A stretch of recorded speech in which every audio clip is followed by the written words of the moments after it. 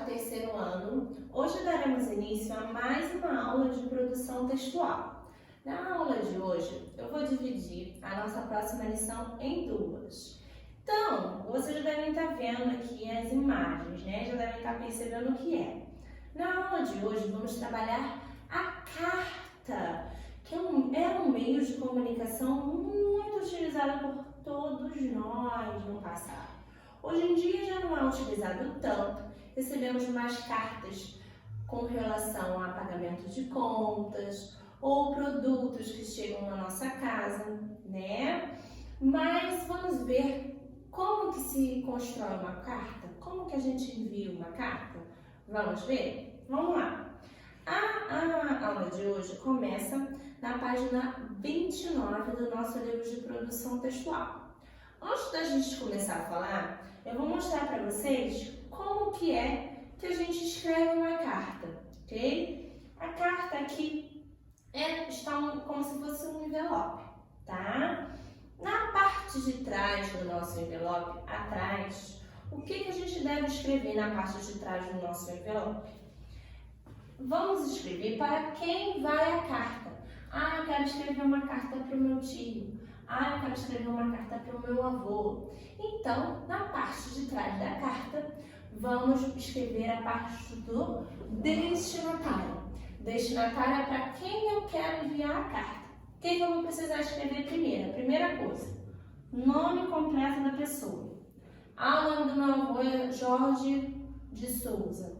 Então, eu vou escrever na primeira linha Jorge de Souza, para quem eu quero enviar. Depois, eu vou precisar escrever nome da rua. Ele mora na Barra número 1100. Então, eu vou botar rua, não sei o que, número 1100. Botamos aqui o segundo dado. Terceiro dado. Qual bairro ele mora? Ah, ele mora em Jacarepaguá. Ah, ele mora na Barra, né? E tudo mais. Mas Jacarepaguá. Bairro Jacarepaguá. Cidade. Qual cidade ele mora? Ah, ele mora em São Paulo. Então, vou botar aqui São Paulo. E do lado a sigla do estado. SP. Se for Rio de Janeiro, aqui onde a gente mora, RJ. Ok? E por último, o CEP da residência. Para onde ele mora tem o CEP da residência. E aqui no canto direito, quando a gente leva até o correio coloca um selo, que aquela carta passou pelo correio. Então, temos que enviar através do selo postal, tá? Então, é isso. Na parte de trás da carta, para quem ela está sendo enviada. E na parte da frente, tia? Na parte da frente, a gente escreve as mesmas coisas, sendo que a nossa, entendeu? Os nossos dados, nome completo, nome da rua, bairro e tudo mais, ok? Vamos lá na página 29. Você sabia? A comunicação sempre foi uma necessidade do homem. Os povos primitivos já se comunicavam através de desenhos nas paredes das cavernas. Após o surgimento da escrita, o que facilitou muito a comunicação humana, o homem começou a utilizar cartas como meio de comunicação, né? Hoje em dia, com o uso da internet, a comunicação evoluiu muito. Na página 30, eu vou ler para vocês uma mensagem de uma professora para um aluno. Vamos lá. Querido aluno, cada momento de aprendizagem é sempre uma grande oportunidade de nos tornarmos pessoas melhores. O planeta precisa que as novas gerações estejam informadas e atentas aos problemas que tanto nos prejudicam, para que o mundo seja um lugar cada vez melhor para se viver. Aproveite essa chance para aprender cada dia mais e saiba que tem muita gente torcendo por você. Um abraço carinhoso, sua professora. Vamos ver o que ela está falando. Você acabou de ler uma carta. Este foi, durante muito tempo, o principal meio de comunicação escrita. até o aparecimento da internet, o que modificou e facilitou radicalmente a forma das pessoas trocarem informações à distância. Antigamente, se a gente queria se comunicar, enviava uma carta e dali esperava a carta retornar. E isso demorava um pouco, muitas vezes meses. Então, com a tecnologia, óbvio que se tornou muito mais fácil. Página 31. Apesar de não ser mais tão comum, a carta ainda é um meio de comunicação usado pelas pessoas. Para enviar uma carta, é preciso utilizar um serviço chamado correio. O nosso serviço do correio mais próximo nosso aqui é no centro da Taquara, Vocês já devem ter visto, todo amarelinho, Então vamos lá. No entanto, hoje em dia, com o avanço da informática, esse serviço já não é indispensável. Basta a pessoa ter um endereço eletrônico e enviar um e-mail, correio eletrônico. Dessa forma, a mensagem é enviada com simplicidade e rapidez. Hoje não vamos falar do e-mail, hoje só vamos falar da carta. Mas é sempre emocionante receber carta de um amigo ou parente que não vemos com tanta frequência, não é mesmo? Vamos aprender um pouco mais sobre esse gênero textual, que foi tão importante para o homem durante um longo período de tempo. Para escrever uma carta, é necessário conhecer algumas regras importantes. Vamos lá? Como eu botei algumas regras aqui, agora vamos ver mais regras. Número 1.